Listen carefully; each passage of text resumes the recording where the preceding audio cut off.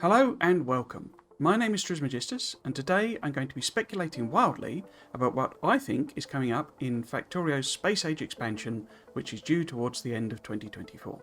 Just before we dive in, I've focused this video on the big stuff, new concepts and the unknowns. There are a lot of smaller things, general tweaks and improvements that have been hinted at in the recent Friday Facts, but in this video I'm going to discuss the new planets, particularly the ones we've not heard anything about, the new machines, focusing on the ones that have been teased, but also some of the other machines that I think may be added, new biters and combat mechanics, and the new endgame, what I think our goal is in Space Age. New planets. What do we know? First off, there are going to be 4 new planets shown on the screen here. 3 of them will definitely produce new science packs, as shown here. Volcanus, shown on the right here, is the one we know the most about, and will produce a metallurgic science pack, which is the orange science pack below it. Note that the image icon has changed, as this was a placeholder, and we now have a more definite image of Volcanus. And that's shown in this picture here. As you can see, it's a volcanic and sulfuric acid based planet. Volcanus will have 2 new mineable resources, tungsten and calcite. Patches of tungsten and calcite can be seen on this preview map image in purple and a light white colour. Each planet will also have at least 1 new resource, but will also introduce new mechanics. Existing technologies and mechanics that were previously available in vanilla Factorio on Nauvis have been spread across multiple new planets. So, you will not be able to unlock all of the technologies that you can currently until you go to the new planets. The new technology on Volcanus provides at least 2 new buildings, the foundry, shown here, and the big mining drill, shown here. We also know that the order in which you tackle each new planet shapes your whole strategy. On Volcanus, there's also new ways of producing existing resources. For example, sulfuric acid can be extracted from these geysers, and water can be produced from a chemical reaction involving sulfuric acid. We also know that iron and copper can be extracted from the lava using the new calcite resource. Here we see the lava being split into liquid iron and liquid copper. These liquid metals can then be processed directly into plates or into intermediates, such as cogs. What we and I suspect. A Scott M. Sull has decoded the blurred names for the planets that we saw in one of the Friday Facts, posted here on Reddit. These names are closely tied to the Roman gods, and it's from these that I have derived my presumed purpose for each of the planets, and I'll be leaning on this decode heavily in the speculation video. As such, if this analysis is wrong, then a lot of my speculation will be wrong. So the planets as shown here are Volcanus, and that's a Roman god associated with fire. Now this analysis was done before the reveal of Volcanus, and lends a lot of weight to the guesses that have been made. The theming around Roman gods also works well with the intended purposes of the planet, and also ties in quite well, if you think about it, with how the planets are named in the Earth solar system.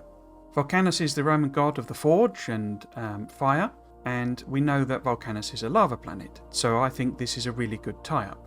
The other planets are Fulgora, a lightning god, Bacchus, a vegetation and feasting and wine god, Aquila, an ice god, although more on that later on in the video. And we also see a compilatron image, which suggests there is something else, and that perhaps that something else is not a planet. Just for reference, this is the Friday Facts where these images were found. And here I've just zoomed in on the overview section, which is where the decode has been done. As you can see, we have the planets as they've identified, and we've also got this compilatron icon. As you see, all of the images are placeholder, and that's why there's a compilatron there. The top image was Volcanus, and as you saw, this has been replaced with a more accurate version of the planet, which is this one here. What I think we can derive from this is that with the exception of Aquilo, each planet will definitely have 1 major resource and 1 minor and or supporting resource. The minor or supporting resource might be worth transporting around the solar system, but the major one is basically there to be processed on the planet. They stated in this Friday Facts that their goal was to have each planet be a meaningful factory in and of itself, not just a mining outpost. This is why I assume each one has a major resource that's used for multiple things, either across different planets or the products of those things that are made from those resources are used on other planets. The minor resource is more of a speculation. It could be that there's only one minor resource, which is the one of Vulcanus, which is calcite. We have seen in a separate image, which was this one, that this player has decided to bring calcite to Nauvis, which is this symbol here, although it is just a placeholder. Perhaps calcite is the only minor resource that it's worth transporting around the solar system. I suspect not, though. So you will therefore have major production of a major resource on each planet, although I believe that what Compilatron is hiding is a slight exception in that what you gather at where Compilatron is will actually be processed on Aquila, and it may not have its own major resource. But more on that later. My speculations. Okay, so first off, the first point is around tungsten, shown in the image here. We don't actually know what tungsten is for in the game. We've seen the mining drill, the big mining drill, being used to mine tungsten, but we haven't had any real clues as to what we're going to use it for. I think it's a very interesting choice, tungsten. It's not a sort of commonly known metal. It's not like iron, steel, copper and these sorts of things, which, kind of everyone has heard of. It's a more sort of specialist resource for alloying. My safe guesses here are that the big mining drill itself, that big boy there, uses tungsten, and that you need to process tungsten in order to make this machine. That does potentially create a sort of circular loop in that, you need tungsten to make a machine, that you can't achieve. But it does state somewhere that you can mine tungsten by hand, presumably very slowly. I don't know if it has a really hardness, and it's really slow to mine, for example. But you can mine it by hand, and so you can do the first bit of processing, make your first machine, and then get that loop going. I also, and I think this isn't really even a guess, it's going to be used in the science pack. You're going to need the processed tungsten for the science pack, for this metallurgic science pack. However, what is tungsten itself? The sort of properties that are used, that are valued in tungsten, are that it's a very hard metal and that it has a very high melting point. It's also very dense as well as being hard. So common uses, according to Wikipedia, I didn't know some of these, but common uses for tungsten are electrodes, heating elements, and when you mix it with tungsten, you get tungsten carbide, which is the one I'm most familiar with. Tungsten carbide is used in drill bits and for cutting tools. It's basically for applications where hardness is super important. That's why I think it's used for the big mining drill. But we could also then think about, well, maybe what hard and heavy application might be useful in Factorio. The other interesting thing is that electrodes and heating elements idea. The last planet, we suspect, is a frozen planet. So could it be used there? Could there be an intention that we need to use heating in order to unfreeze the planet, or unfreeze our machines, or keep our machines warm in a sort of a frostpunk style, and that you use tungsten to make the elements for the heating machines? This does beg the next question then of how interlinked are the buildings on the various planets. We already know that the foundry and the big mining drill can be used off of Vulcanus. They're not restricted to Vulcanus. Does that apply for all the machines we're going to get, or are some more related specifically to the planet that they are discovered and used on? I suspect it will be more the former than the latter, although I wouldn't be surprised if there are some buildings tied to specific planets. We got this teaser image in a recent Friday Facts, and obviously it's Christmas themed. It was a Christmas blog post, and as you can see, everything is covered in snow. But is this a hint as to the use of heat to unfreeze our machines? Maybe, maybe not. It may have been specifically designed. It seems to have a lot of work to go through to put all of that texturing on, but you never know. What this did contain was a couple of teasers on the buildings. On the bottom right there, we can see the foundry building, which we know about already, and clearly this is not being used on Vulcanus, we can assume. Or even if it is, there are other buildings being used on Vulcanus. What this image also contains, and I'm not going to go into this in great detail because I did do a Friday Facts speculation video where I mentioned them, but it also contains what I think are teases for the other buildings we've previously seen teased. In the bottom right here, I believe we have this green building. My guess on that is based on the pipework. On the left here, we also have this building, which I believe is this building. This is based mostly on the section here, where we have the green wires, but also this shape which looks like a curve but, made of straight sections. We also have a building in the very bottom right corner here. It's very, very difficult to see.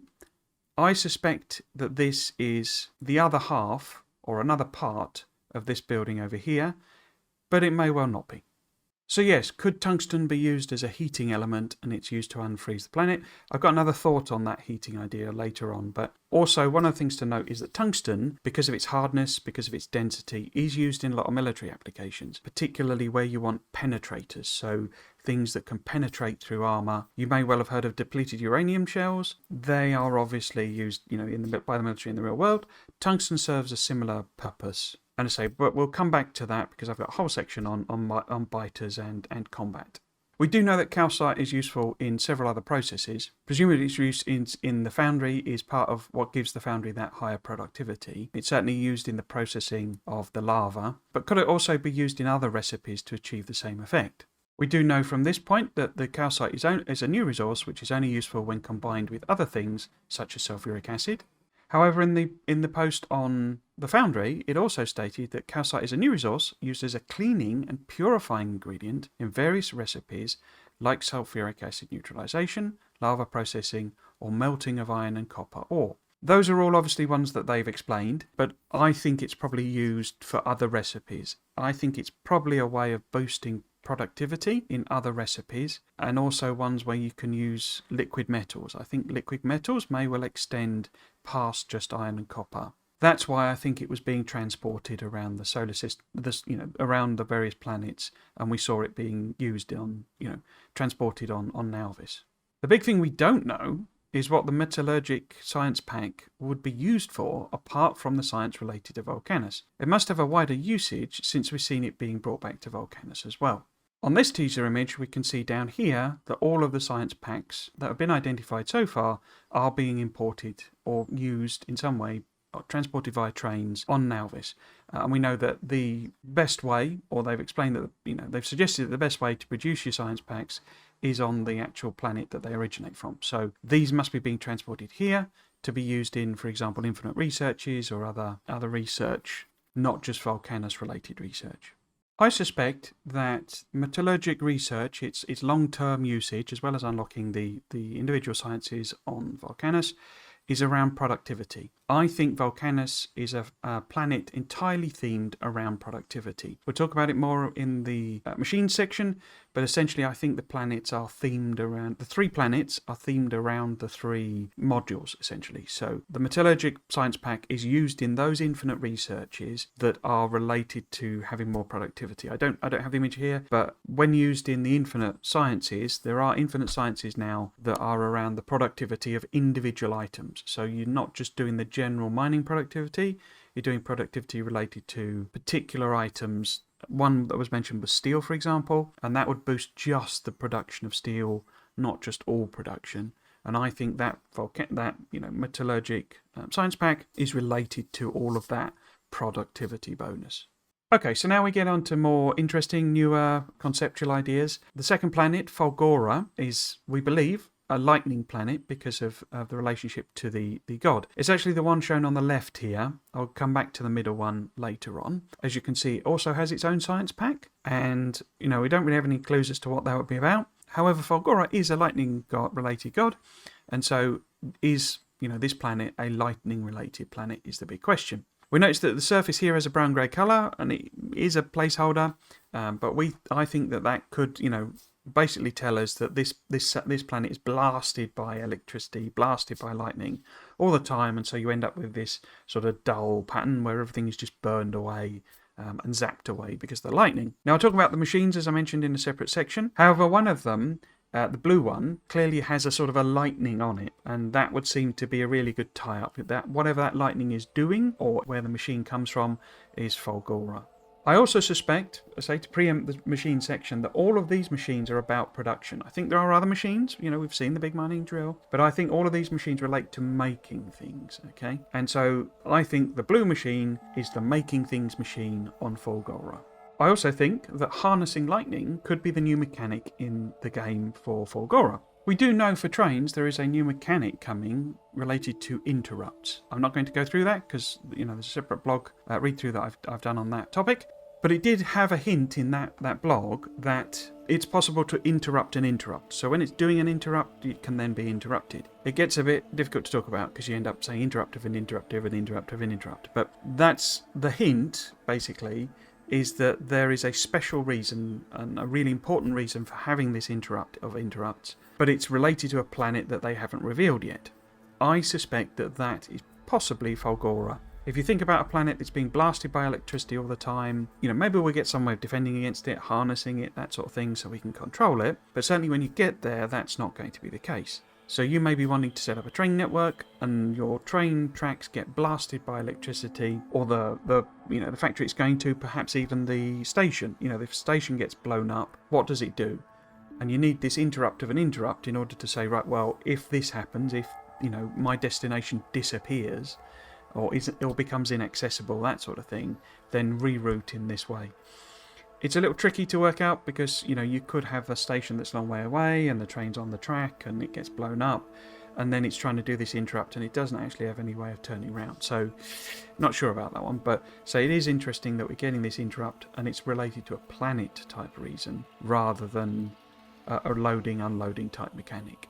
If we are harnessing lightning, I think the most obvious option is something to do with power production. For example, it could allow you to charge your accumulators with lightning strikes rather than generate power on its own. However, I suspect this is probably not a thing in and of itself. I think we will probably get maybe a level 2 accumulator or something similar from the science on Fulgora, but I don't think we'll be using that to transport power around the planets, for example. We do know that the foundry, at the very least, other buildings maybe too, but we know that the foundry is very intensive on power. However, to me it feels like new power buildings, as in new ways of producing power, is the real answer here, rather than transporting power around as such. And I do think it ties into a drive they seem to have of increasing the use and utility of efficiency modules, but more on that later. One thing we have seen in this image is a building that could be a lightning rod. I'm speaking about this building here, if you can see that. It's a very small icon, and I have blown it up as much as I can and retained detail. But you notice it has a great big spike coming out of the top. So it could be a lightning rod. Interestingly, it's also got a red part on the bottom, which is a train colour, typical train colour, used as the default colour for trains. You see it's all red, red, red here, and this hotbar they've set up is a lot of train-related stuff. Although it's also got weird things mixed in with it, but a lot of train-related stuff. So it could be that a way of defending your trains, maybe powering your trains, maybe we'll get electric trains, is with this lightning rod type thing. I suspect it's something slightly different, but that could be how we harness electricity. And as I say, that could be just to capture the power and use to power things, maybe send it around the various planets. But instead, I think it's slightly different, and we'll use the electricity to process aluminium. As I mentioned, I think all of these buildings are production buildings, they're manufacturing buildings, and the blue one is what you use to manufacture on Fulgora. Or obviously, there will be the option of it being used on other planets, I believe, from that teaser image. But what can we use aluminium for, apart from as part of the science pack, I mean? Well, I think its main use will be in conjunction with tungsten to make a super low-density structure, and that super low-density structure will be part of the new endgame, which I'll talk about towards the end of the video. Aluminium, of course, is renowned as a very lightweight metal, while also still retaining its strength and rigidity, etc. However, I think it may also be used in what I'm going to just generically call level 2 versions of things. I don't specifically mean they're necessarily level 2, we've already got level 2 manufacturers and those sorts of things, so it's more just a space age version of the machine that, ramps up the production or whatever special capability it has.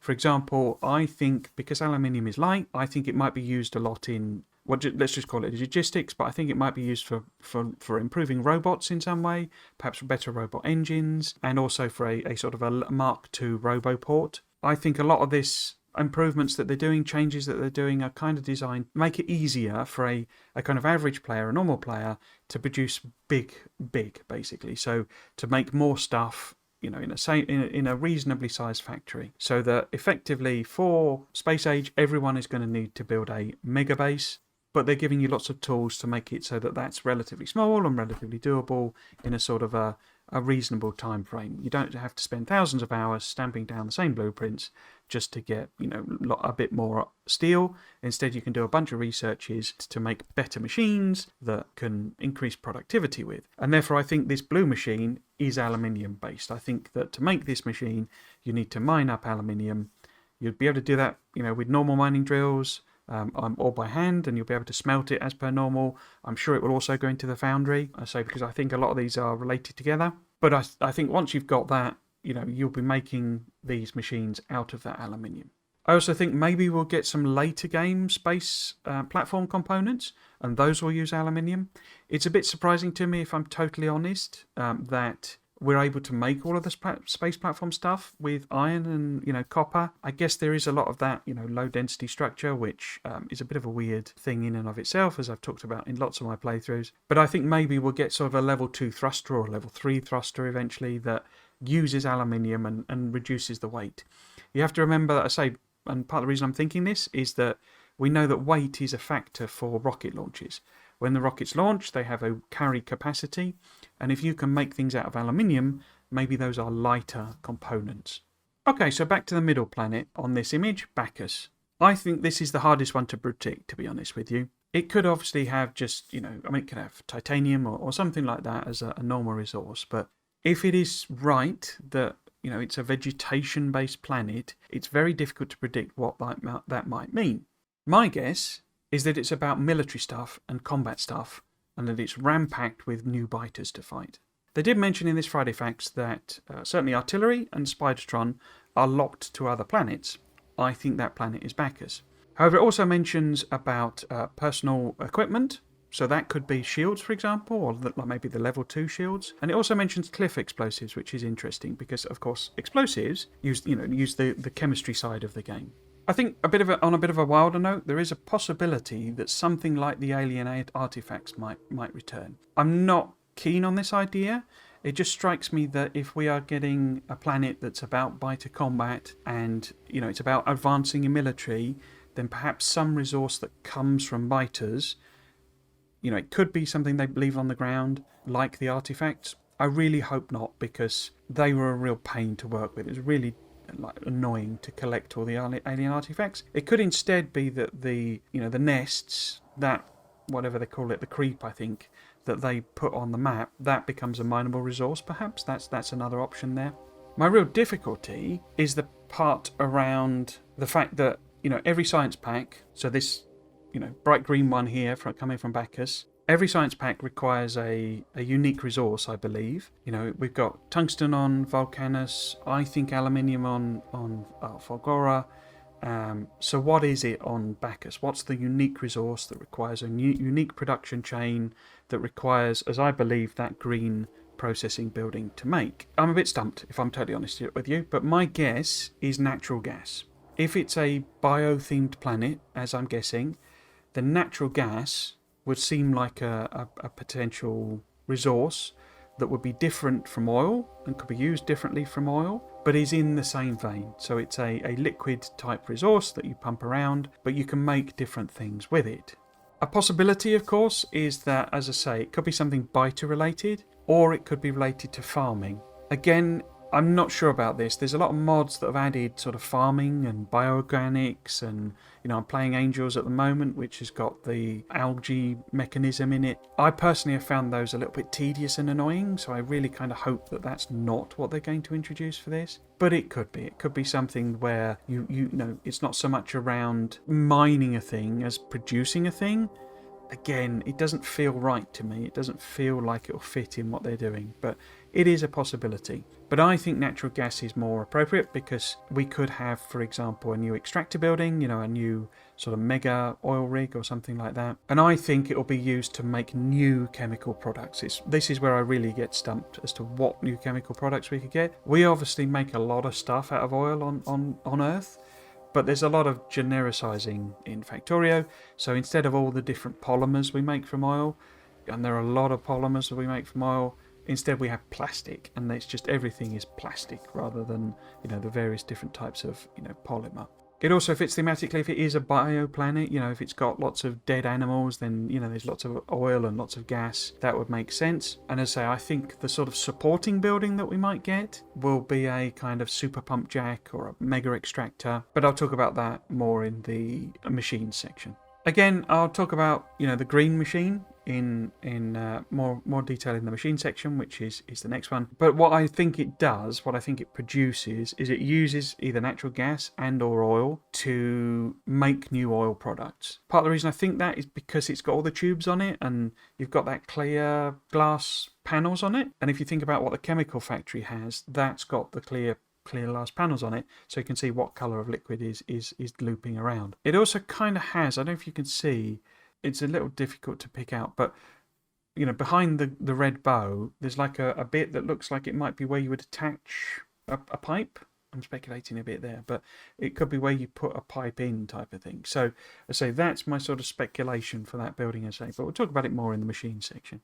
So I didn't really talk about this in the section, but I think that one of the challenges on Vulcanus might be heat, and that we have to deal with heat. That the planet is hot, and that you as a player can take damage from being close to lava, maybe something like that. We also believe there is a bit of a hint that there's a new biter there, so that could be a particular challenge. But the thing we do know is a challenge on Vulcanus is the cliffs, but they're not called cliffs. They're parts of the volcanoes, so the volcanoes themselves. So we know that's a challenge on Vulcanus, but I don't think we can avoid, as well as not being able to landfill the lava until much later on. On Folgora, I mentioned there's the lightning strikes. I think that getting struck by lightning, your building getting damaged, is probably going to be the challenge, as well as potentially a new biter that is related to the lightning. More on that later. But I think on Bacchus, the challenge is essentially the biters. I think we may get a really tough or difficult or problematic biter. On this image in the Friday Facts, you may recall that we got statistics about the various planets, and we had Nauvis being detailed. One of them is the evolution factor, and I think that might be higher on Bacchus. So effectively it's a more closer to a death world than the normal planets, and perhaps it also, the biter's more reactive pollution, that sort of thing. And I think that's what the mechanic is essentially, or the challenge is rather. So I talk about the biters a bit more in the other sections, but I think the key interplay here is that, of course, oil is one of the most polluting industries, and processing the oil is a real pollution producer. And, of course, the biters react to pollution. And I think that that's kind of the interplay. That's the challenge, that the new building is actually a way of reducing pollution. And I come on to why later, but I think it's a way of reducing pollution from oil, so that you're pushed on to make that building, that is a less polluting one and a more direct one. It involves less steps, so less pollution steps. And I think that's what you're trying to do. You're sort of trying to reduce your pollution output because the biters are so reactive to pollution. Perhaps they spawn more biters out of a single unit of pollution compared to Nauvis, and so it's a real pressure thing. But the game also gives you then the combat stuff to control the biters. I also think that the Bacchus planet might be quite heavily watered. Weird way of phrasing that. But in the most, in this Friday Facts, talking about the noise and talking about how they get, these channels basically, so that if you set the water, a planet up to be heavy on water, then it still connects land masses together. Maybe just with little bridges, but it always connects them together. And I was a bit puzzled as to why they were telling us that. They were sort of saying it was to do with Vulcanus ensuring paths through, and that could all be fine. But it just seemed to be a bit of an odd thing to focus on. And I am wondering if maybe Bacchus, even if you set the water to be low, it's always like an island-based planet. And that means that you wouldn't have as much space to build on. Now, in theory, you could landfill, you could create a lot more space for yourself, but I wouldn't be surprised if there's no stone on Bacchus, and your only option is to use the space that's available. They seem to be relatively keen on that from what they've been doing on Vulcanus, about forcing us to work with these constraints. So then you've got this problem that you've got oil, which is quite energy intensive and pollution intensive, and of course you can go out and clear the biters, but if they're tougher and more reactive, that'll be difficult. So your other option, your other lever you can pull, is this new machine that reduces the amount of pollution and also reduces power demand, so that you can produce oil products at much less power intensity and have less pollution impact. And also it therefore reduces space issues.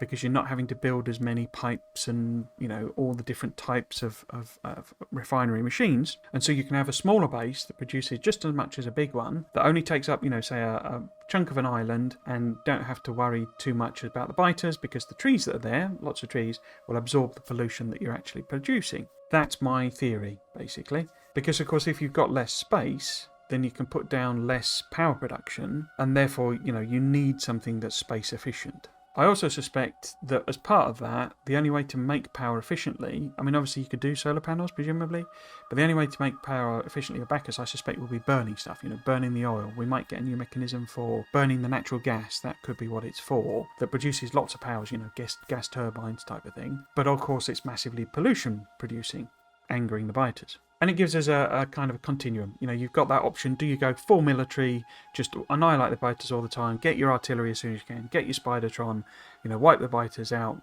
blow them up with rockets. And I think, it's where we'll get a lot of new weapons, maybe new turrets, that sort of thing. More on that in that section. And the other extreme is like playing nice. Is basically that you go full on for this efficiency machine and you use those exclusively, reduce your power demands, make your factory as efficient you can, lower its pollution, it doesn't anger the biters, you don't have as many problems. And the likelihood is that most players will end up somewhere in between, where you're doing a bit of the combat and a bit of the efficiency, to give you the same sort of effect. The last planet then is Aquilo, and the sort of translation we've got at the moment, I'll say more on that a lot later on, but is that it's an ice planet and that it's cold related. But given we have a hot planet in Vulcanus, what does cold mean in the context of the game? What does temperature mean in the context of the game? On Vulcanus, it could just be part of the sort of atmosphere of the planet and a way of defining lava. We saw on the heat, the noise one, where they were using the heat maps as this is where lava is, where we've defined hot on the planet. And it may not relate to a proper gameplay mechanic in and of itself. It's the lava, so that's the heat, but there's no actual heat component in anything you do. I think a more interesting possibility is that it does relate to gameplay. Another interesting factor is that in this picture, when we were previewed it, we see the science packs for the 3 planets that you have to go to in order to unlock Aquilo, but we don't see a science pack coming out of Aquilo. As it shows on the image there, we've got all of the science packs being used in order to unlock, Aquilo, in order to get to Aquilo.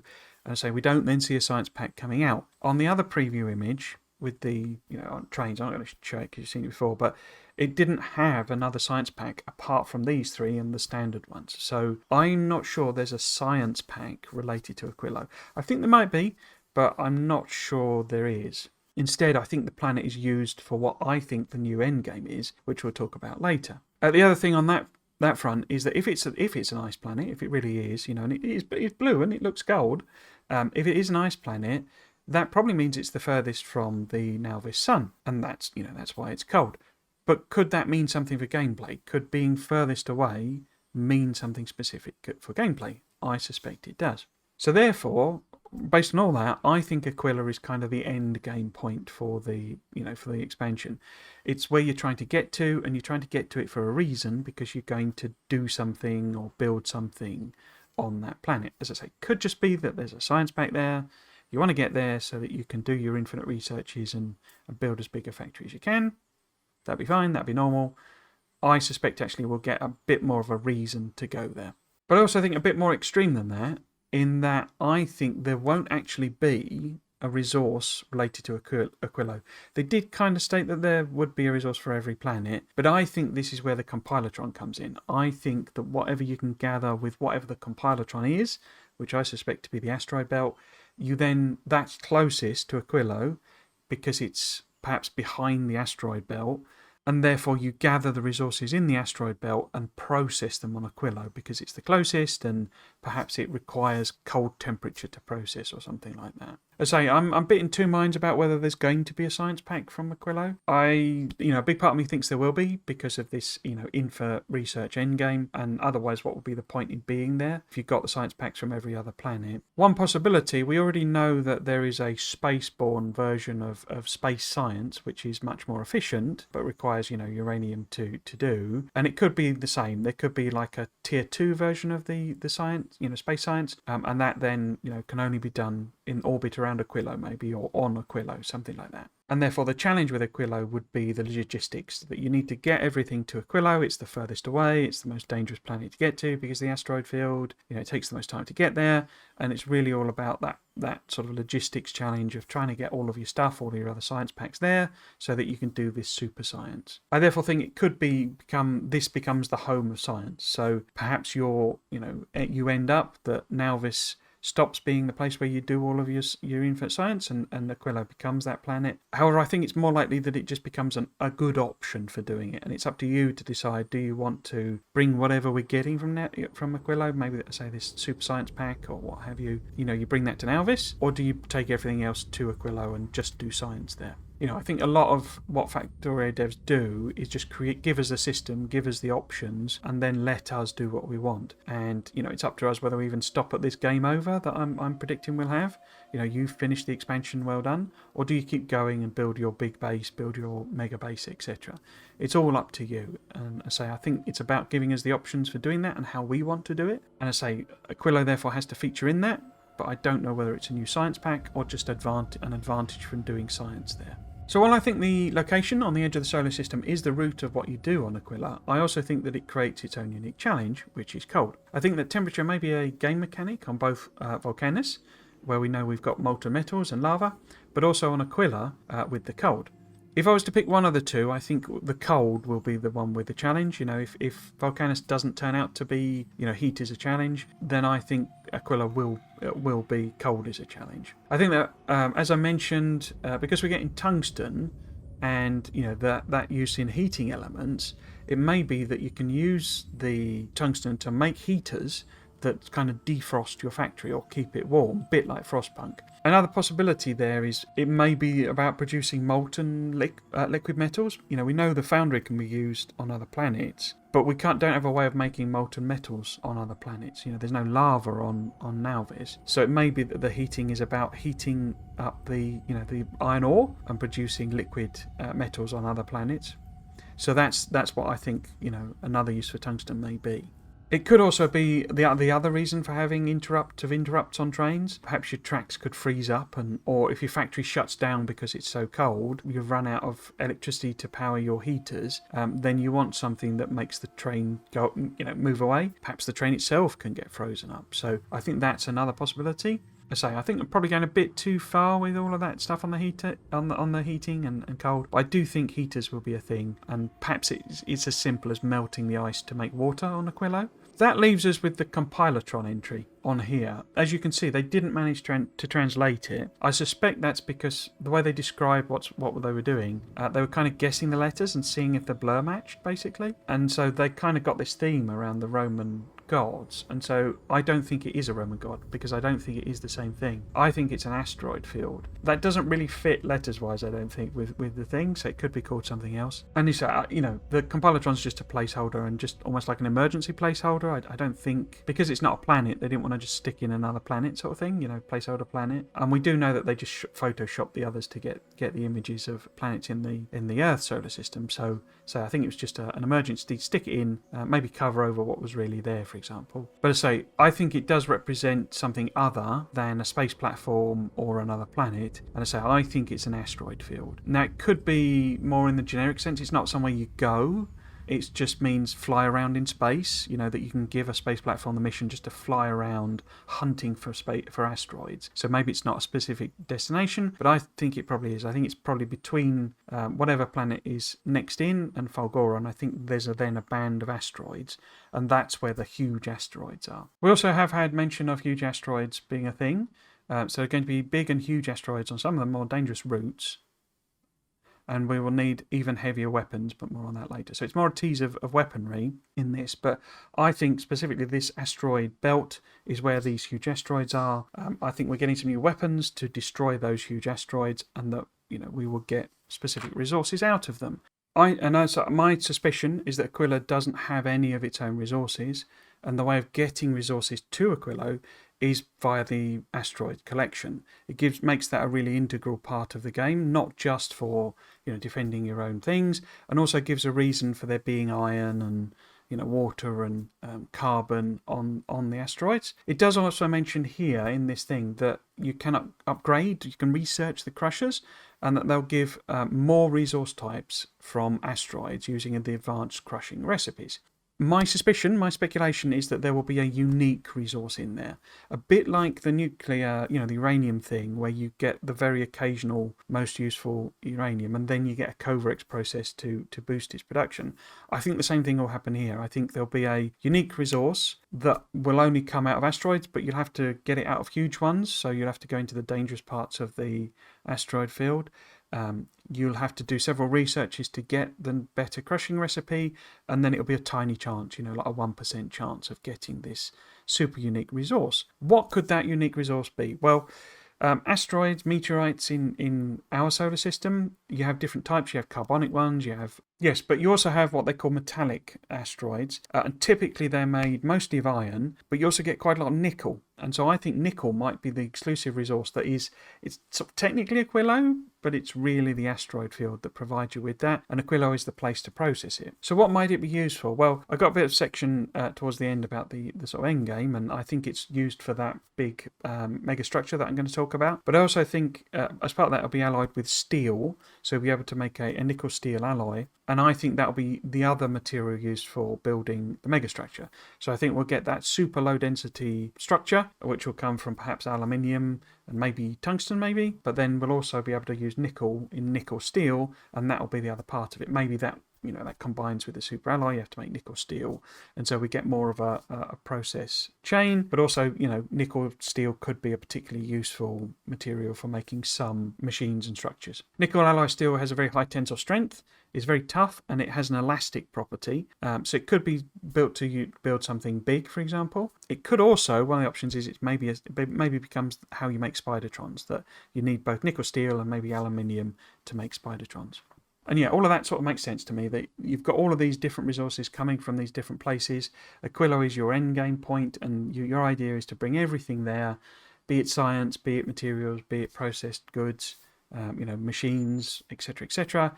Aquilo is basically useless, other than the fact that it's way out on the edge of the solar system, and that ties into what the end game is. So that's my big theory, and we'll talk about that in the end game section. New machines. What we know. Firstly, we know that there's a new foundry building, as shown here. The foundry has new production mechanics, such as using molten metal and making some intermediates like copper wire straight from raw materials, which is shown here. The foundry also has a built-in productivity bonus, as well as 4 module slots, and is larger, and so can presumably be affected by more beacons. However, it requires much more power, which is the trade-off. 2 other buildings have been teased, both as icon representations some time ago and in the most recent Christmas tease picture. Or at least I think so. See my Friday Facts video for more detail on that. But we don't know anything about these other 2 buildings. We've also seen a new large mining drill, which is bigger, but it also produces more resources per tile occupied compared to the regular mining drill. What I suspect that the tease buildings are tied to the 3 planets that must be tackled before the final planet. That is, Volcanus, Fulgora and Bacchus must be conquered before Aquilo, and each will give you a unique manufacturing building, shown here, which is required to process the resource that is available on that planet. However, once unlocked, they can then be used anywhere. A lot of what's being added for Volcanus via the foundry and the mining drill seems to be related to production, and therefore are production-related buildings. And I think, as I've mentioned, that this is a way of ramping up productivity and the amount of stuff that everyone can produce, be they the average player or a mega baser. I think productivity and what the other buildings are for will allow us to make more stuff more easily. And I think this is related to what Space Age is about, because the game gets interplanetary and requires more production, since we've got the basic concept of launching stuff into space, and therefore more production makes this more viable. So for example, while rockets can only carry a relatively small amount based on weight, they're a lot cheaper to make now, so it makes more sense that your base can build and fill rockets quickly, making it easier and simpler to do space-based logistics. After all, why would you worry so much about sending the wrong stuff into space if it's all quick and easy and cheap to make and send rockets? I therefore believe we will also get more resource extraction buildings, such as a mega pump jack, which again will help with improving productivity and related bonuses. My speculations. As noted before, I think for each planet we're getting a new major resource and a new minor resource, though not 100% sure what all of them will be, or if all of them will have all of those. I also think there will be one new major production machine per planet, and that production machine will be the main way of processing the major resource. So that major ore or major liquid will be processed by the new production machine, the new manufacturing machine associated with each planet. The minor resource will be more supporting, so sometimes it will be used in the production of the major resource, sometimes it will be used to help other resources being produced. We could also only get one minor resource, which is the calcite. But the point is, I don't think that minor resource will have a specific processing building. Now, as such, I think that the new buildings teased in Friday Facts 372, as shown on the screen here, are the major production buildings, and that there's one per planet. And I also think that they're aligned with the three main module types: production, speed, and efficiency. Now we know we're also getting a new module for quality. It could be that Aquilo has a machine related to a quality on that planet. I don't think this is the case. I think the machine related to quality is the recycler, and we've already seen it, and you get it on Alvis. So I don't think that's the case, but it might be. So why do I think this? Well, the main clue is the colours. We've got three machines here. One is orange, and that's the foundry, and we know that orange is the colour of production modules, and we also know that the foundry is a way of increasing our production. We've then got a blue machine, and blue is the colour of the speed modules. We've then got a green machine, and we know that green is the colour of efficiency modules. Of course, it could be coincidence, but to me, looking at those, they are very similar to the colours used for the modules. Okay, so I've just popped these up here. So first off, we've got the production modules, and that orange, to me, is basically the same as that orange there. We've then got speed modules, and that blue, to me, is exactly the same as that blue there. And last but not least, we've got efficiency modules, and that green there, to me, is the same as that green there. Now, I would say this is the most different one. So this green doesn't look as close as the others two do. So yeah, my theory may well be wrong. But I think each of these three buildings is tied to boosting or providing like an integrated way of doing the equivalent module benefit. And as I say, the foundry here is a production related building. I'm not going to rehash the Friday Facts video I did where I talked a lot about the foundry or any of that stuff. I'm actually, effectively restating some speculation I've already given. But the devs do indicate directly that the foundry has a built-in 50% productivity bonus, which is this part here, and also it has 4 slots for modules. We've also seen it's able to directly craft, and presumably therefore with a really big productivity bonus basically, some intermediate products.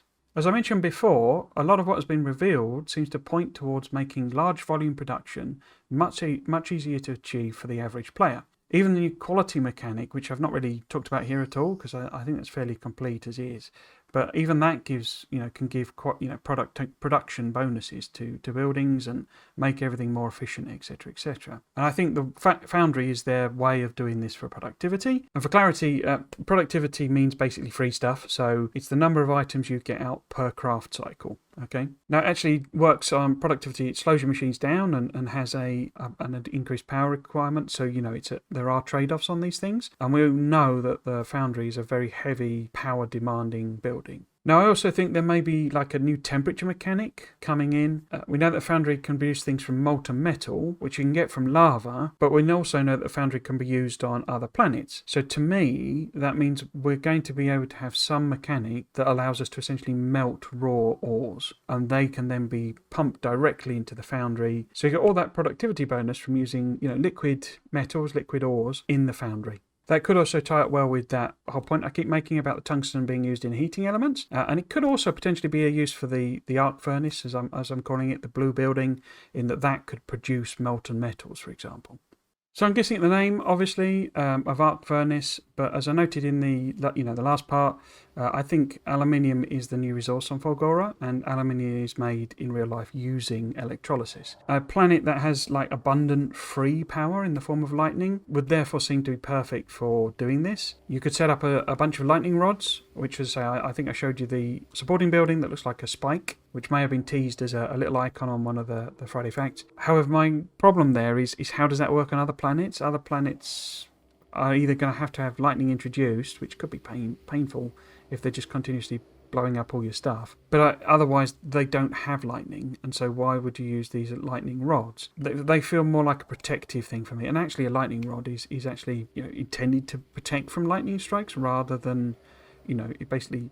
I won't go into it, but it's meant as a protective thing against lightning, not really how you harness lightning as such. But it could well be used on Fulgora just as that's the planet where you would do most of your aluminium processing, and maybe secondary functions, like, as I say, melting ores or something, could be its purpose on other planets. So yeah, I believe that this blue building is this arc furnace that I'm imagining, and it also appeared in the Christmas teas as mentioned, which kind of confirms it can be used on other planets, I think. I'd initially thought, as I say, it was probably locked to Fulgora because of that lightning requirement, but now I don't think it is. Instead, I think it's an extremely power-hungry building like the arc furnace, and that it can be used to process other metals, a bit like the foundry, but this time they get a speed boost. I think that speed boost comes at the cost of a really high power demand, but I think that the speed boost you get is probably going to be massive for that power cost. And just as with productivity, just to clarify, by speed, what I mean is the rate at which things are produced. So it's not that you get more of them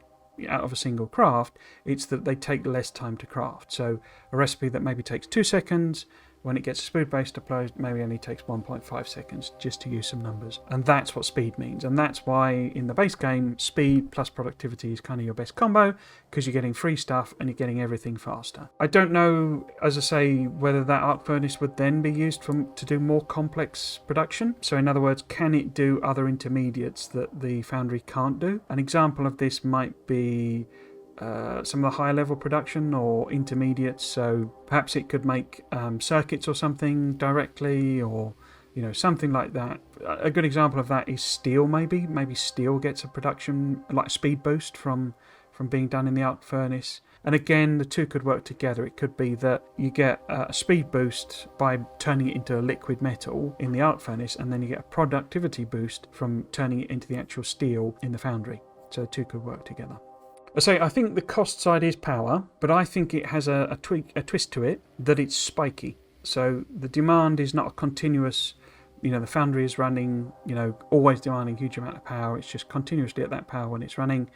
I think instead the arc furnace and how it gets it, how its speed works, is that you sort of fill it up with stuff, it does a blast, it uses loads of electricity all at once, and won't fire if it hasn't got that power available, and then it spits out loads of stuff. So the speed boost comes from the fact that the cycle time, as I say, might be 2 seconds for a normal item.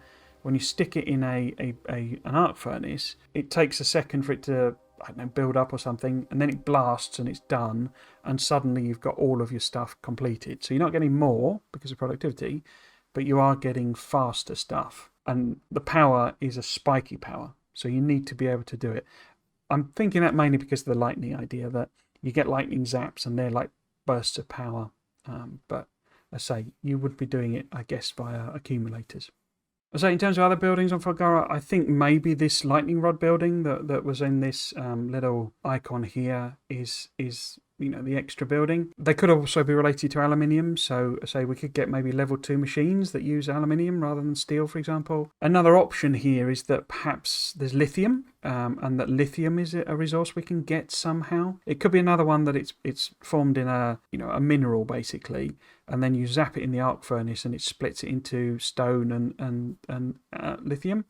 And then lithium could be used in like a level 2 accumulator, or like a super accumulator or a super capacitor or something like that. I kind of doubt all this. I mentioned in the other section that I think the lightning rod is, if it's anything, it's to do with protecting trains or powering trains maybe, because of the use of the red colour. But it could be a way of harvesting power. But also I think this is all getting too complex. I don't think they're going to go this far in the expansion. These are more mod type level things. Again, that could tie up well with like my endgame idea, which might require like big burst power as well. The last of the 3T's buildings, I think, is a new biolab. As I noted before, this is the area with like the biggest potential to overlap into what a lot of overhaul mods do, as they often add, quite a few of them add sort of bio elements and farming elements and organic chemistry and that sort of thing. It's quite underdeveloped in Factorio, really, but for good reason, to make it simpler and make it easier to do. And the thing I would say about a lot of those mods, having experienced a couple of them now, is they do get quite complex and fiddly, with lots of different ways of doing the same thing, with different efficiencies and using different materials, etc. So I'm not sure there'll be a lot of new stuff here, maybe a few extra items, and that they will be produced via the green building, which I think, as I say, is a biolab. Part of the reason for thinking that is, as I say, the fact that Bacchus is apparently about vegetation, but also it's got pipes on it and it's got a window that allows you to see in, and the other building that lets you do that is the chemical lab.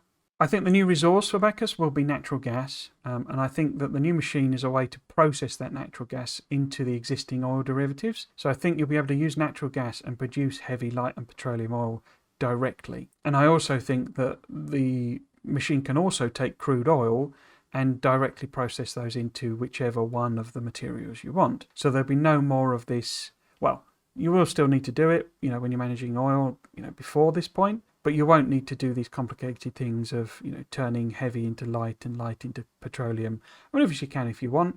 I wouldn't be surprised if there's some trade-off and it's not quite as productive. It's just that it's much more convenient, much more smaller scale, etc., etc. But what I think this building really is about, even if my guesses about gases is all completely wrong, I do still think that it will be an efficiency-related building. As I say, it's the same sort of green colour as the efficiency modules, and I think the efficiency will be both in terms of power and production. So from a power point of view, I think it'll be more efficient compared to the refinery and chemical labs. But I think it will also have the ability to make things directly into what you want.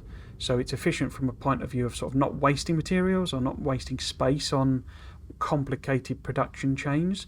You'll just be able to stick it, after an oil well, and it'll turn it into, plastic. It'll just do it directly. Maybe you have to give it coal as well, but, it'll just turn it into lube and that type of thing. And I say maybe there were a trade-off that you don't get as much, but because you just need one building attached to one pump jack, you're done. No more messing about. Way less power because you're having to do way less processing, etc. And way less space as well. But as I say, I am clutching at straws a bit there. We've had so few clues about what the building is, what this planet is about, whether it's even tied to that planet. I'm really going off the fact that it looks like it can process fluids, as I say. It has a pipe on it, and it has, a window on it like a lab. Pretty thin.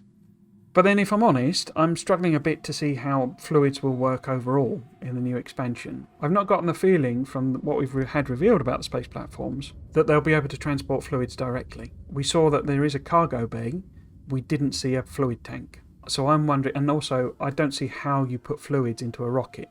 So I don't think fluids can be transported around the solar system, which makes more sense if you think about it out of asteroids as well, because if they are a way of getting water and you can transfer them as ice, and we've got a heating mechanic to melt ice, maybe that's how you get water on some of the planets. The other option here, of course, is they could be barrels.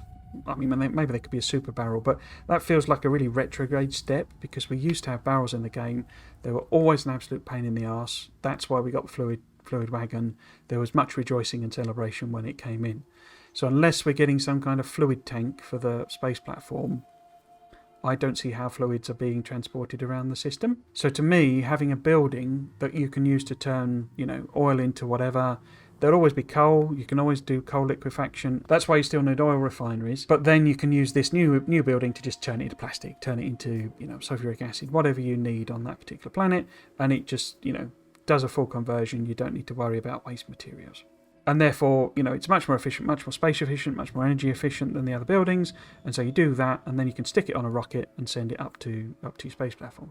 I mean, that's kind of what we do with most of the oil products anyway, isn't it? So, we kind of already process them into solid things in the majority of times. And, lube, I suppose, is the only one that's a proper liquid in its, final form, as it were. And that's so low volume, you could imagine just making that locally every time. And yeah, in the real world, there's so much stuff that's made out of polymers and plastics and all this sort of stuff. We don't really have any of that in the game, so it does feel like an area ripe for expansion, but I don't know how you would actually use it properly in a planetary logistic system without converting it all into a handful of solid materials. Okay, so what about second building on Bacchus then? So my guess is some sort of oil rig, and that there will be oil reserves or natural gas reserves at sea. I will be totally honest, this is more a cry for the ships mod, which I think is one of the best small mods that I've ever played with, to make its way into the main game. I really love the ship's mechanic and the way it works and how that operates, and it would be lovely to see an equivalent in the base game, and that's really what I'm going on here. It's not really based on any evidence or kind of reason for it to happen. But I think if it did, then you would have oil derricks, oil rigs out at sea. This would tie in well, as if there was that sea-based biter. The other option here, if you've got natural gas, maybe it's a way, because at the moment, the way we burn oil is to turn it into solid fuel, and then you can burn solid fuel. You can't actually burn oil or any of the fluids.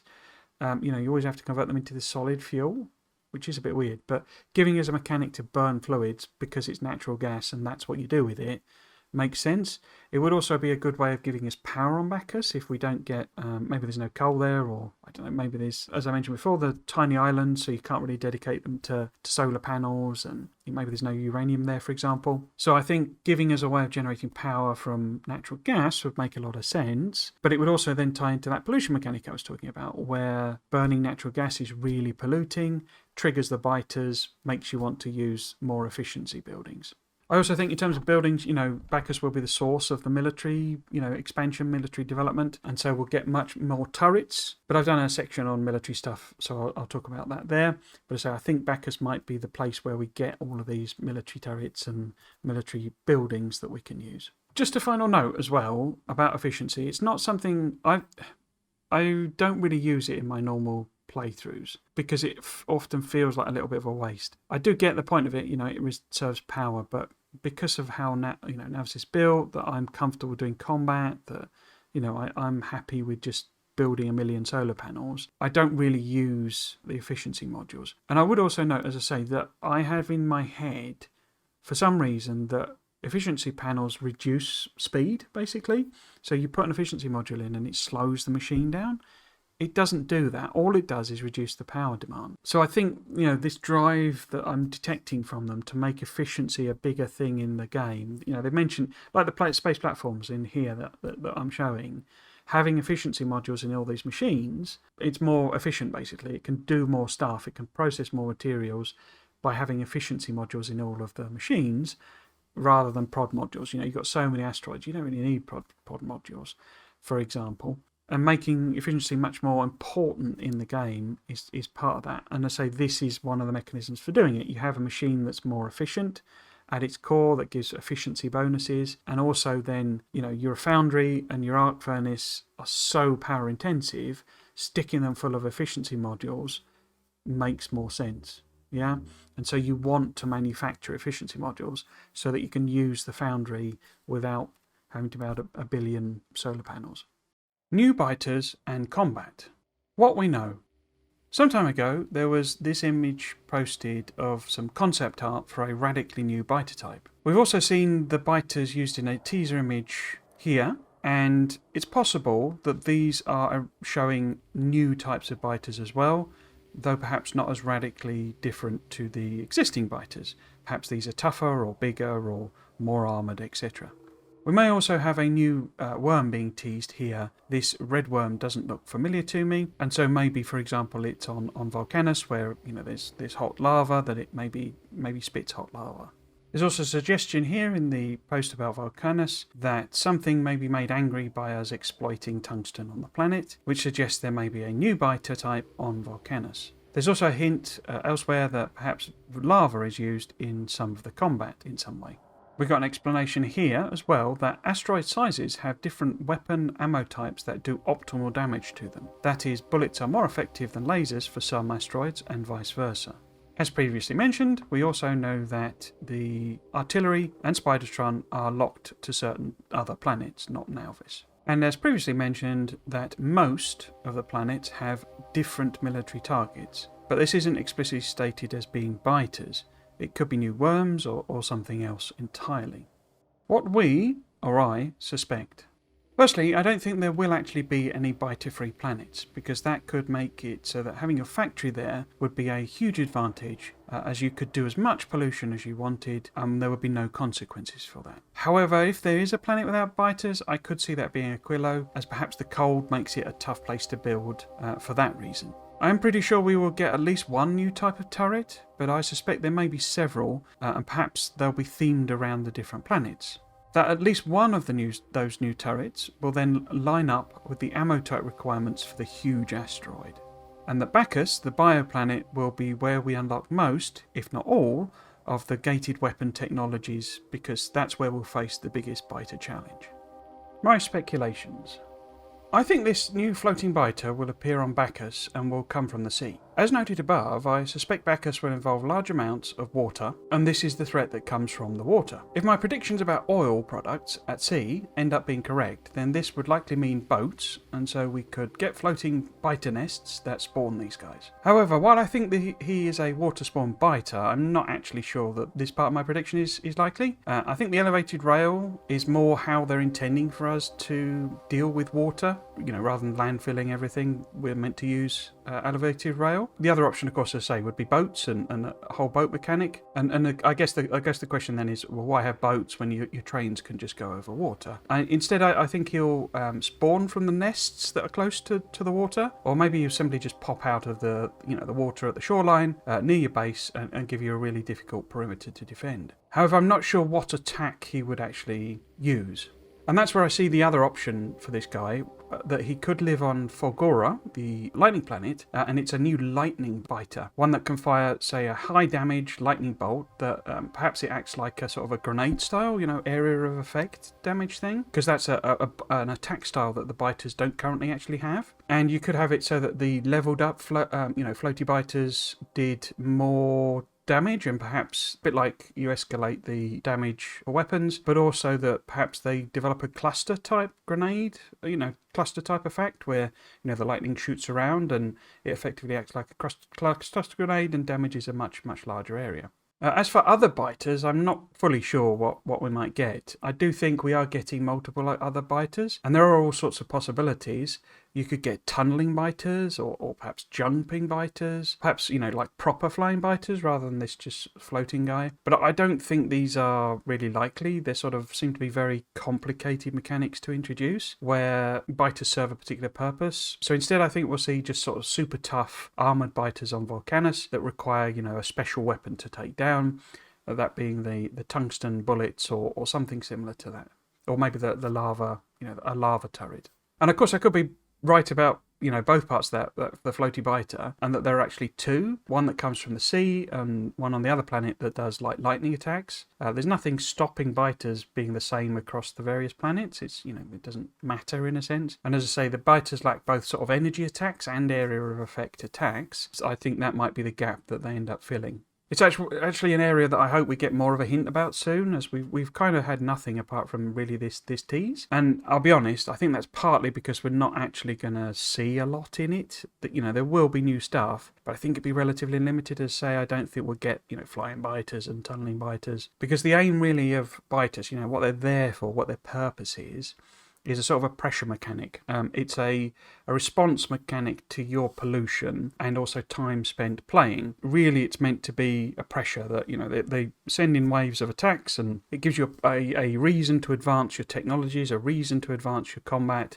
a reason to produce ammunition, and also a bit of a resource sink. So somewhere for you to use up some of your precious resources, and therefore push you to go and exploit further patches, and therefore interact more with the biters. That's what they're there for. They're not really there as a mechanism to beat the player. It's not really about beating the biters or them being really there to kill you and overwhelm you like other types of games would be. It's really just to introduce that that resource drain, that pressure mechanic. As I noted before, I think tungsten is a bit of an odd choice for Volcanus. It's not, like I say, a widely known metal in a way. Obviously, people know about it, but it's not. You say metals, you think iron and copper and steel and those sort of things. Tungsten's a bit of a specialist choice, and it could have been titanium. Titanium is, I would say, probably more widely known. But also used in space travel and aerospace much more than tungsten is. And if the whole point of this expansion is going to space, why not use a metal that's widely known as being associated with space? However, as I noted, tungsten is used in tooling, and that's the obvious thing to implement here. And say the big mining drill, I think will probably use tungsten in its manufacturing. There's also that heating mechanic thing that I mentioned might be an option, and as I said before, that could be to thaw Aquilo, but it might also simply be to make molten metals for the foundry. However, I think the fact that it's an extremely tough and high density metals means that it could actually be used in the military side of things, and as a sort of a different type or a different upgrade for ammunition. On Earth, we have tungsten penetrator shells for tanks, and which could be particularly useful if we do get a super tough or armoured biter. This new biter, this tough biter, could be one that lives on the harsh and high temperature world of Volcanus and has a rocky granite type shell and is therefore really tough to damage. So then tungsten ammo for guns and for the turrets could be an option. It's a bit odd in that we've already got depleted uranium ammo, and that is serving the same function. You may have heard of depleted uranium shells for tanks. So it'd be weird to introduce something that's not quite as good and pretend it was better. But what they could do instead is it becomes an intermediate step. So we no longer go from armor piercing rounds. Or maybe armor-piercing rounds require tungsten. That's an option. But we no longer go from armor-piercing to depleted uranium. Instead, there's a tungsten version in between, maybe. That could be one option. Seems a bit weird, as I say, to introduce that. Another option might be for it to be used in artillery shells. It could be a bigger, more powerful version of artillery shells. Not sure about that. Artillery at the moment, every shell can blow up every biter nest, so maybe there'll be tougher biter nests and you'll need the tungsten shells. I don't think that's an option. But what I do think it will be used in, where I think it will actually be used for military, is a new type of turret, and I think that'll be a railgun, basically. And that railgun will use tungsten projectiles. So they could be dart-like projectiles or something like that, but effectively bullets for the railgun. I think maybe the usage for that in terms of combat for biters will be that it would be somewhere in between range-wise the normal turret and artillery. Currently we have this sort of gap where your gun turrets, your laser turrets, your flamer turrets are all roughly the same sorts of range to them, and then there's a massive gap for what the artillery can do. So we're sort of missing an intermediate weapon there. And also artillery really is only about target. Its automated response is really only about targeting biter nests. You can manually target anywhere, obviously, but it doesn't really. It's not a very good way of blowing up biters at great range. And I think that might be the option, the place where it fits in. The railgun can either, shoot long range, or, it's like a more sort of a sniper type effect. The darts could then be, explosive or what have you as well. But I also think maybe perhaps the real purpose of that railgun, I think it would be used, against biters, because, all the weapons are. But I think it might be for blowing up the huge asteroids. And I think that the mechanic it mentioned about them being, different size of asteroids being best dealt with by different types of weapons. I'm sure it can be destroyed by bullets and lasers. But I think the idea really is that single shot, single kill for a tungsten railgun penetrator round. The other resource I've mentioned is aluminium as being a possibility in the game. If aluminium is a resource, then it could be used for Spidertron, was one of my thoughts. That Spidertron's recipe, now that it's locked to a different planet, I actually think maybe Spidertron will be locked to multiple, that you'll have to go to several planets to do them. And I say that's where the aluminium comes in, that Bacchus gives you some technologies to do Spidertron, and Fulgora gives you the other technologies that, for aluminium, and that Spidertron now, its legs and stuff are made of aluminium.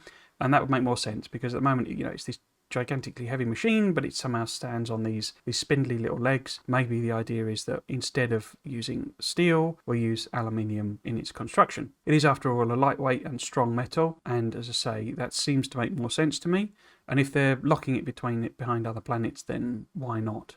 The other option I think for aluminium is that it's used in the turret construction. So I'm not sure.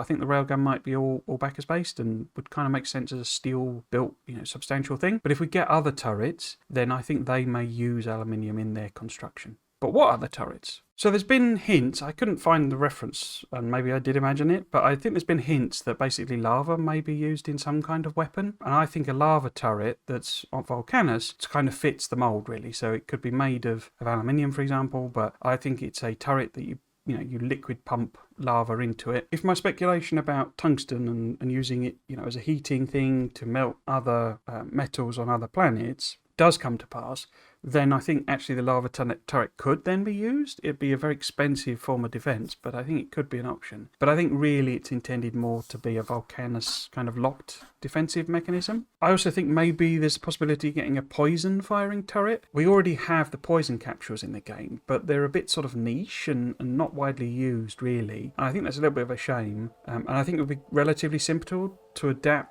the flamethrower on Bacchus to be able to spew poison as well. And so if there are new biters, then perhaps one of them could be particularly vulnerable to the poison maybe. But to say, I think that's a good possibility and kind of uses an existing mechanic as is. What about other turrets? So there's a lot of options, as I say, and the following are a bit more unlikely, I think. But I don't think combat will be a big focus for the expansion. So as I say, these are really just, wild speculations and thoughts and ideas, really. The first one was a shotgun turret, so we already have shotgun shells, and these could be like a new turret for early game or on one of the planets, as I say, that they could be made from aluminium and used on that planet, and basically would be a short-range defense. The other one I thought was maybe a lightning turret. I say, if all my speculations around lightning and that being a mechanic and the floaty biter using the lightning, if they can use it, why can't we, basically? So the thing I would also say on the lightning, I didn't mention before, is that lightning is kind of animated in the game already. So there is, some effects and stuff already for lightning. The beacons have a lightning effect on them, for example. So, and the accumulators do as well. So that's not without precedent that lightning and electricity arcing is in the game. A bit more of a wild speculation, and it's something I've asked for. Like I mentioned, I'd quite like to see in the game before. Is like a grenade thrower, or maybe like the equivalent of a cannon for the artillery shells. Not artillery shells, the cannon shells. So, at the moment, both grenades you have to hand throw. Tank is the only way of firing cannon shells, and both of those could also work as intermediate range things. Like I was saying about the railgun, they could lob things that are a bit further over from compared to the other turrets, and kind of filling in that sort of layers of defence thing. Particularly, as I say, if Bacchus is going to be problematic from a combat point of view, from a biter point of view, giving us more ranged attacks seems like a good way to go. I don't actually think they'll be in it, but I think they'll be really cool. Another option might be nuclear artillery. It's the only weapon in the game that doesn't have a nuclear option, really. We've got depleted uranium shells, and I suppose lasers don't technically do, and the flamer, but we've also got nuclear cannon shells and that sort of thing. So I think the problem there, and why I don't think that will actually make it in, is because this whole thing of basically nuking yourself. If you've got an artillery piece that's that's set on automated, and it's been given a load of uranium,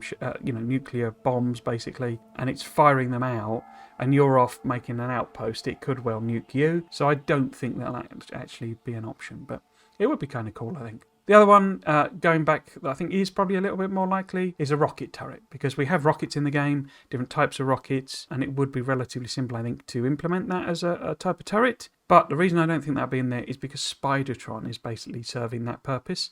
It is a mobile rocket turret from a military point of view. So I think actually just Spidertron is already fulfilling that purpose. But it would be kind of nice to have a fixed rocket turret. It would potentially give you the same problem as the nuclear artillery, in that particularly the splash damage from the cluster rockets can be quite damaging, so you'd need to probably set it up fairly carefully that it didn't blow your own walls up, basically. I've done that a few times. As I mentioned with the biological stuff, a lot of these turrets are already provided in mods, and I don't think combat is going to be a big focus of the expansion, as I say. So I suspect we'll get maybe the railgun for the huge asteroid destruction and the lava turret, and that may be it. But yeah, we'll have to see, as I say. It would be nice to have more things to play with. Okay, so just a special note on Bacchus and the oil products and all that idea. I think a lot of the military is actually going to be linked to Bacchus. I think it may give us one or two more military techs, but I think, for example, explosives are going to be something that you can only research on Bacchus, and that's why artillery is locked to the planet, because artillery shells use, explosives and cannon shells and that sort of thing. So I think it might be that they're all kind of locked together, and artillery is kind of your end goal of that oil production, and that's all been moved really to Bacchus more. Also, I think that maybe there was a mention in one of the things, I can't remember which one it was, but about cliff explosives not being available until later, and I think that might be why, because you've got to go to Bacchus, which even if you pick as your first planet, you've got to go through that whole process of getting there to get explosives, and then explosives use cliff explosives. So that may be one of the incentives for going to Bacchus, you see, because it's a little difficult on some of these to know what the incentives for going to the planets are. But if Bacchus is basically how you unlock cliff explosives, then although Volcanus gives you all of that extra productivity and is really amazing and wonderful, the foundry and stuff, because there's so many cliffs there, effectively, the fake volcano walls, basically the ability to blow them up may be more useful and might be more suiting to you to be able to, and therefore you would want to target Bacchus so that you get explosives and then you can do cliff explosive.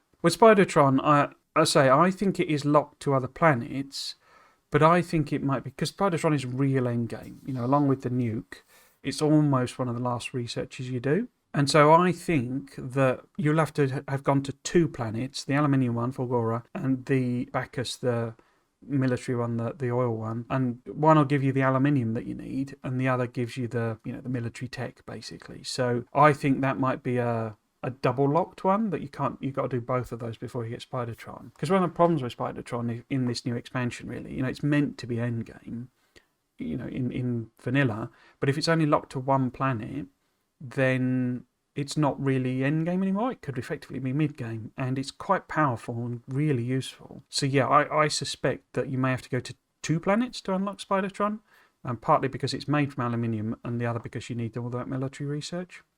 The endgame, and some new mechanics.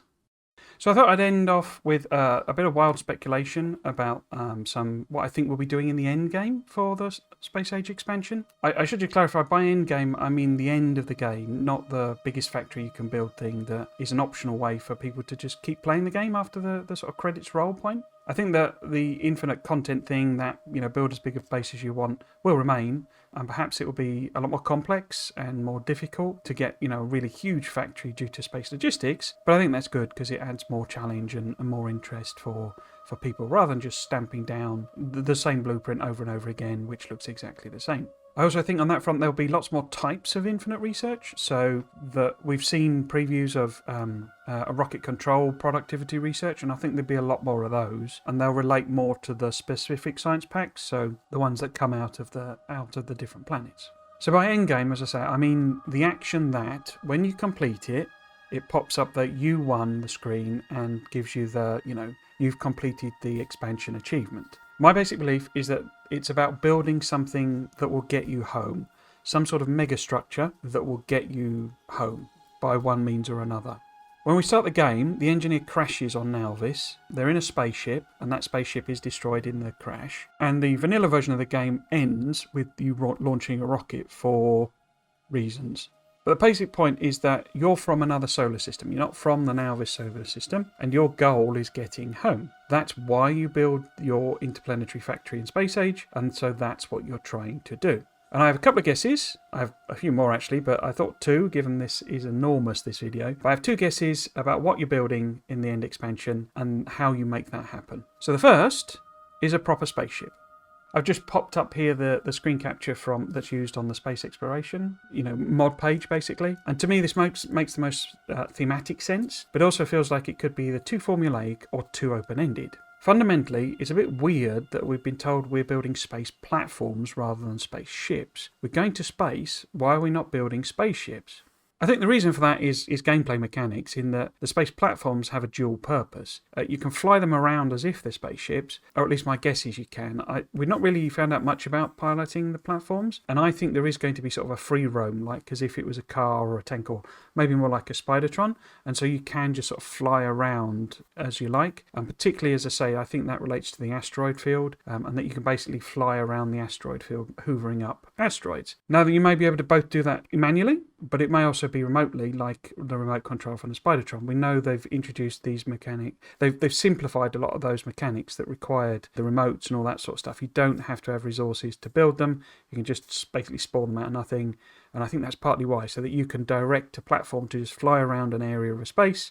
And when it's full up, you can then tell it to come home. The other option, of course, for space platforms is that they are, they go on rails effectively. I can't see us building those rails. I don't think we'll be mapping the points. I think they'll just be, if a space platform is going from Nauvis to Volgora, then that's a fixed route sort of thing. I think it would take that approach, in which case you would only really be able to fly it backwards and forwards. There wouldn't be any steering or anything like that. And that does tie up kind of with the space with the engines thing, in that they're on the back. You don't really have side thrusters and stuff, so it's not clear how you would drive forward, as it were. But then it's a game, it doesn't really have to be that realistic. The other reason I think, because we're doing space platforms rather than spaceships, is because they are platforms when they're in orbit, much more normally. They're much more like, say, a space station or something like that. And we know we can use those to generate space science. And that in that case, this does beg the question to me of being able to transfer items between space platforms. It seems like I think we would probably be able to do that because, like, uranium, for example, is used in the space science. So you're going to want to transfer uranium from another from another planet, maybe. Maybe, one of them is absolutely rich in uranium. And even if not, if you want to do space science around, one of the other planets, you would have to transfer uranium there. And if the mechanism is that it has to go down to the planet and then back up to the platform, I think that's a bit too weird and clunky. So I think we will be able to transfer items between space platforms, but, I would understand if we didn't. The other question it begs is how big the platforms can be. We know that there's a weight limit thing about, moving them, but if it's in orbit and you're never intending to move it from orbit, and it's just doing your space science, and you want to do megabase scale space science, how big can you make this platform? What is there a limit to it? Can it effectively be as big as Nauvis itself, which is, for all intents and purposes, infinite? I'm guessing there would then be a fundamental limit in that there's only so much resources technically in the game. But I think you'll just be able to build, if you're not going to move it and not limited by the weight thing, I'm not sure there'll be a size limit to the platforms. And again, that ties up well with... the problem here, of course, is you get very much into SpaceX territory, where you're docking spaceships on platforms and all that sort of stuff. So maybe they're wanting to steer away from that a bit. So, I'm showing the image here, and I think the option will be, or rather the end goal will be, what you build around Aquilo will be a spaceship. Now, whether it's attached to the platform in some way, it say loads up fuel from the platform or something like that, maybe, maybe not. Maybe it just sits in orbit. This is another option for what the Compilatron was hiding, that it could be your spaceship that is a destination, and you're tasked with filling it up with stuff or sending the bits to build it or what have you, and therefore it's a destination for your space platforms. So that's an option. You would normally expect... why I think it might be around Aquilo is because, being the furthest planet from the Sun, it's the easiest to escape the Sun's gravity pull, basically. It's much more efficient, much more fuel efficient, etc., to be further from the Sun, basically, because the gravity pull is less. And if you're going to build a gigantic spaceship, you'd want to build it there. Where you would actually build it is what's called a Lagrange point, which is a point where the gravitational attractions basically cancel out, and so something will sit basically fixed in that orbit, and it also means it's then easier to move it away from that orbit because you can kind of take advantage of the gravity wells. But I don't think it will get that complex. I think instead it will simply be in orbit around Aquilo. That'll be where you sort of launch it from. That's where you need to get all your stuff to. That's why Aquilo is the end game planet. Also, as I say, if there is some exclusive resource in the asteroid field, like nickel, that you need to build this thing, then if, as I say, my other supposition that Aquilo is closest to the asteroid field, that would be another reason to build it there, because you've got the resources that you need to build this platform. However, the difficulty for me with this is that you'd either need to take a very prescriptive approach in terms of building that spaceship, and an example of that might be that it's like a list of parts that you have to assemble. So you have to build, say, 10 engines, 50 fuel tanks, 20 living quarters, these sorts of things, and it's just a prescriptive list, which is not really in the spirit of Factorio, really, in that it's more about choices in the game. The other sort of end of the scale there is that you have a mechanic where you design the spaceships, and that's why I'm showing the SpaceX one, because that's what you do. You can build and design your spaceships, and as it shows there, someone's constructed something that looks a bit like the Millennium Falcon, or just a normal sort of a rockety type ship, and you can put as many engines on it as you want. And we know that's how space platforms work, so maybe that's how your spaceship works as well. The difficulty on that end is that how would you know that it's finished? You could literally put a small platform, one engine, that's you done, you finish the game. So it doesn't really make sense from that point of view. So it could be both. It could be that you can build it however you want, but it has a minimum amount of things on it. The other thing I thought is that it could be that the space platform or spaceship that you build is not actually the thing that matters. If you think about it, if you're going to do an interstellar journey and you're on your own, you're probably going to want to do like hibernation or hypersleep or something like that, suspended animation, that type of thing. So what it could be is that the research that you do, the final research on Aquila, is something to put you into cryogenic sleep or something like that. So you can build any spaceship that you want to, doesn't matter, because you're going to go into sleep, and if it takes 1,000 years, 10 years, 1,000,000 years, then it doesn't matter because you're safely tucked away, not awake, basically. So that could be a way around that issue, but none of these solutions really tie into the end game that we currently have, and I think will be preserved. So in other words, why would you build a mega or how would you build a mega factory if you've won Factorio Space Age Expansion is you launch a rocket that sends you home, or launch a spaceship that sends you home, because you're then flying to another planet? How are you going to then be on those other planets? Now, it could be just it doesn't matter. It gives you the end screen, says you've won, and then says, do you want to continue? And you just magically spawn back on the thing. But then, of course, why are you building these things again? Why are you building more spaceships if the only purpose for them is to go back home? It just seems a bit pointless. Of course, you've got your infinite research, but then you've rendered Aquila pointless. Of course, there is another option there, that when you do that launch, what actually happens is you get a new game plus. We know the engineer is not a good pilot. They crashed on a planet, not a small object, so they've managed to hit another planet. So perhaps what could happen is you could crash land on another Nauvis, and you could basically start the game again. Not sure about it. It's an option, but it doesn't feel right because you would be doing exactly the same planet, and the idea is you've crashed on another solar system and it's exactly the same as the one you just left. I don't think that'll work. So the second option, and the one that I think is a bit more likely because it ties in better to that infinite research endgame, is that we'll be building a space portal. So this could be a trapped wormhole or just some other mechanic like that. Again, it could be something that's big, and it has a prescriptive thing, like you need to build 35 supercapacitors, and it's made up of like 28 arch pieces or something, and it's a really big and big thing, and it represents the end game and the sort of canon ending because the engineer uses it can use it to go home. But I think actually it might be a smaller thing, and although they'll be really resource intensive, you can build essentially as many portals as you want. And what you can actually do with them is you can pair them up, and there is actually a mod that does this because it's basically like the portal game, But you can pair them up, and they're like an instant travel system between the planets. So you could have you could be on Nauvis and have an array of 4 portals, and each one takes you to one of your other planets. And it could be that you have multiple, so you could have one portal that takes you to Bacchus, one side of the planet, and one that goes to the other side of the planet, and they're just places, bits of your factory that you want to instantly go to. Because one thing we don't really have a proper answer to, we know we're getting a lot more remote building options, but one thing we don't have a proper answer to is how do you quickly get from one planet to another. We know that there are distances involved, and that some of the planets are further from the sun than others, so there are transit times. If we have to do the equivalent of sitting on a train, and I suppose there is a motivation then for building as fast a platform as you can, but if we do have to do the equivalent of sitting on a train and waiting an hour to get from one furthest planet to the nearest planet, I'm not sure that's a really good solution.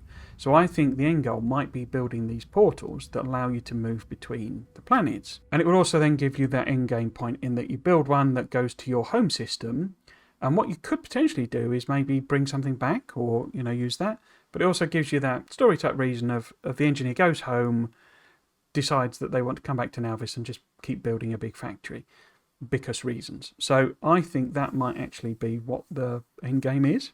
I do also think that offers a good option for tying all the planets together. You've got the different metals and stuff for being able to build this mega structure, and it could be a big one in orbit is the one that takes you home, and there's smaller versions on the planets to take you between the planets. But also, you've got like a planet that's chock full of electricity and that sort of thing, so maybe that's how you get power. You can send power through the portals maybe and transfer it around, or maybe the Bacchus with all its oil is how you use that as fuel for each trip that you do maybe. And then what Volcanus, maybe heat is involved in some way in the portal, or maybe you need a liquid metal or something in order to make it work, and that's how you can make it on Volcanus because it's a hot planet. So there are lots of ways of kind of tying those elements all together across the different planets, and it gives you a reason to keep building these portals. Now it could be that they're limited, or the power demand is a real problem for them, and so you can't just build infinite portals. But I don't see what would stop you building lots and lots of portals in order to go to different bits of your factory really quickly. And I say it would give a reason for Aquilo to exist and be useful to you. I would also note there is just a little thing, and I've teased this a few times as we've gone through. Aquilo is not really the god of like ice and cold as such. It's actually the god of the north wind, or it's actually technically the northeasterly wind. Now, in the northern hemisphere, the northern wind is associated with cold, and it is also, the sort of kind of a cold weather god. But wind is how you power sailing ships. So Aquilo being the planet on the edge and it being about taking a journey is like thematically sort of consistent as well. So that's the other reason I think that maybe what you're doing on Aquilo is a way to get you home, be it through whatever means, because you're riding the wind home, basically. That's all very poetic, isn't it? Okay, so this video ended up quite a bit bigger and longer than I'd anticipated. And even with it being so big, I actually cut out a load of stuff. At one point, I was considering having 2 videos. One was going to be about wild speculation and ideas, and the other being a bit more realistic. However, when I was writing them, it became very apparent I'd never finish it if I turned it into 2 videos. Either way, I hope you found it entertaining, and I'd love to hear your thoughts on my guesses, as well as what theories you have about what's coming up in Space Age and version 2 of the game. I'd love to see your thoughts in the comments below. If there's enough interest, I might do a second video expanding on some of the ideas and perhaps talking about the more realistic things, or perhaps I'll do one discussing your ideas and theories. So all it remains for me to say is if you've been watching, I hope you've enjoyed it and you might consider coming back for another one. If you want to chat about the new expansion, you can find me live streaming Factorio every Saturday over on my Twitch channel @Trismegistus from 3 PM UK time on Saturdays. Thanks for watching. Cheers.